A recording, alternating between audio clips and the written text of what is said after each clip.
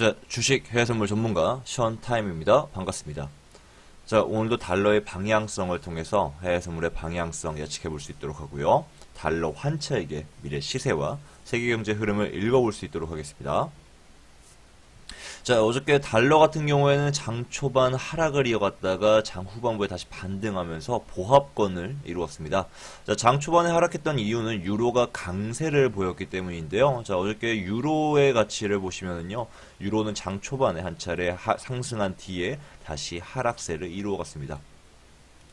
자, 어저께 유로가 상승해서 강세를 보일 수 있었던 이유들 중에는요, 두 가지가 있는데, 첫 번째로는 브렉시트의 협상 기대가 어저께 높아졌기 때문입니다. 자, 브렉시트가 계속적으로 지연되고 있습니다. 원래는 정상대로라면 이번 연도 5월 달에 제대로 협상이 진행이 됐었어야 되는데, 이 부분이 뭐 쉽지 않은 부분이다 보니까 계속 미뤄지는 탓에 지금까지 미뤄졌었죠. 자, 브렉시트 협상이 기대가 되고 있고요. 자, 그리고 두 번째, 유럽의 금리가 인상 기대가 되고 있기 때문입니다. 최근 유럽중앙은행이 마이너스 금리를 유지할 것이다 라는 그런 발언을 했던 이후에 약 한 달 이후에 한 달이 지난 지금에서는 이제 금리를 인상할 시기가 다가오고 있다라고 발언했었기 때문에 유로가 어저께 장 초반에 상승을 보이며 달러를 하락시켜줬었죠. 하지만 달러는 다시 반전 상승했었는데요. 자, 어저께 진행되었던 옐런의 연설에서 금리 인상을 지지하는 발언을 하면서 상승했습니다. 자, 어저께 옐런이 발언했던 옐런이 가졌던 이 청문회 비슷하게 회의에서는요. 연설에서는 옐런은 어저께 미국의 부채가 기하급수적으로 증가하고 있고 여기에 대한 우려가 강하다. 옐런 says unfortunately around 2% 이게 아니죠? 잘못 플레이해드렸네요. 자, 여기 있습니다. 자, 옐런이 어저께 downplay financial risk in strong U.S. economy라고 얘기를 하고 있습니다. 즉, 부채의 증가로 인해서 지금 미국 경제가 한 차례 긴축을 요하는 시기다라고 얘기를 하고 있습니다. 자, 거기에 따라서 미 금리 인상률은 현 경제에 비해서 약간 뒤처져 있다라는 발언을 동시에 했습니다. 자, 이 말뜻을 우리가 좀 해석해 보자면요, 12월 달에 금리 인상에 대한 확신을 주는 발언이다라고 볼 수가 해석이 가능합니다. 자, 그래서 어저께 옐런이 그 금리 인상을 지지하는 그런 다시 발언 속에서 12월 달에 금리 인상이 기대되는 가운데 어저께 달러가 다시 반전 상승할 수 있었다라고 보시면 될 것 같습니다. 자, 그것뿐만 아니라 오늘 30일입니다. 자, 30일에 뭐가 진행된다 말씀드렸죠? 바로 트럼프의 세제 개편안에 대한 표결이 진행되는 날입니다. 자, 트럼프 세제 개편안 표결에 대한 기대 심리로 달러는 추가적인 상승을 이어갈 수 있을 것 같은데요. 오늘 대부분의 지금 상원의원들이 75%의 확률로 이 세제 개편안 개혁안이 통과될 것으로 예고하고 있습니다. 자, 이 개혁안이 뭡니까? 자, 이 개혁안은요, 과거에 트럼프가 대선 레이스 중에 내놓았던 공약 중에 하나인데요. 아웃소싱 되어 있는 기업들을 다시 미국으로 되돌아오게 하려는 게 목적입니다. 즉, 뭐, 미국의 대부분의 그 공장들은 멕시코나 혹은 중국이나 혹은 인도네시아, 인도, 이렇게 많은 지역, 노동력과 그리고 세금이 낮은 지역들로 다 이동이 됐어요. 왜 그렇죠? 기업의 이익을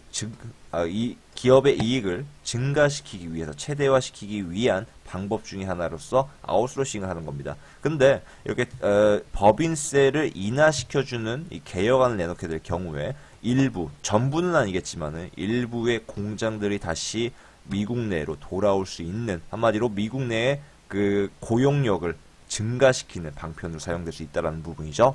자, 오늘 한 차례 이 표결에 의해서 달러가 추가적인 상승을 이어갈 수 있다라는 점 우리는 기억해야 될 것 같습니다. 좀 법인세율 인하로 인해서 전체적인 중소기업들의 경제 활성화도 가능성이 보입니다. 자, 우리가 러셀 1000지수를 한번 봐보시면, 러셀 지수라는 것은요, 중소기업의 S&P 지수다라고 보시면 될 것 같아요. 중소기업들의 주가 지수죠. 자, 지금 러셀 1000지수도 꾸준하게 상승세를 이어가고 있는데요. 물론 3분기에 컨센서스를 넘어서는 영업 실적이 발표됐던 탓도 있지만, 트럼프의 세제 개편안이 러시아 천지수를 상승시키는 또 주된 원인이었다라는 점을 따져봤을 때 상당히 달러의 상승세는 유지될 것으로 보이고 있습니다. 물론 옐런이 어저께 연설에서 이런 말을 또 주장했습니다. 옐런 sees uncertainty around 2% inflation outlook이라고 얘기를 하고 있습니다. 무슨 말이냐? 아직까지는 물가 지수가 내년에 2%까지 상승할 것인지는 확실하지가 않다라고 주장을 하고 있는데요. 아직까지는 미국 경제가 끌어올려지지 않았다. 라는 부분들을 단편적으로 예고하고 있는 부분이긴 하지만, 자, 이미 첫 번째에서 예고했듯이, 이미 부채에 대한 경고를 하고 있고, 긴축에 대한 그 필요성에 대해서 주장을 강하게 하고 있는 부분이기 때문에 이번 12월 달에 금리 인상에 대한 기대 심리도 점차 높아질 것으로 예상이 되고 있습니다. 자, 아직까지 18년도에 금리 정책은 확실하지 않습니다. 제롬 파웰이 이사로 지명당하고 난 이후에 특별하게 비둘기파적 스탠스를 계속 취하고 있는 모습이기도 하고, 연준 내 외파적인 스탠스를 바꾸지는 못할 것으로 예상하고 있지만은, 아직까지 18년도 그리고 그 이후에 금리 정책에 대해서 확실시된 건 없어요. 다만 지금 현재의 저점 매수 심리는 계속 유지될 것으로 보이고 있고요. 매수 모멘텀은 유지될 것으로 보고 있습니다. 자, 달러는요, 이미 또 추가적인 상승 이어갈 예정입니다. 자, 오늘도 93포인트 그리고 92.90포인트 적극적인 매수 대응하시면 될 것 같고요. 추가적인 매수 대응은 94포인트까지 길게 유지될 예정입니다. 자, 장기적으로 봤을 때 95포인트 돌파해서 어디까지? 96.50까지 상승할 예정이니까 저점 매수 대응 유지하도록 하겠습니다. 자, 달러가 상승합니다. 달러가 상승하는 모습 속에서 통화 종목들과 그리고 안전자산의 종목들의 매도 대응이 유리하다라는 점 기억하시면 될 것 같습니다. 자, 오늘의 3분 달러 동향은 여기까지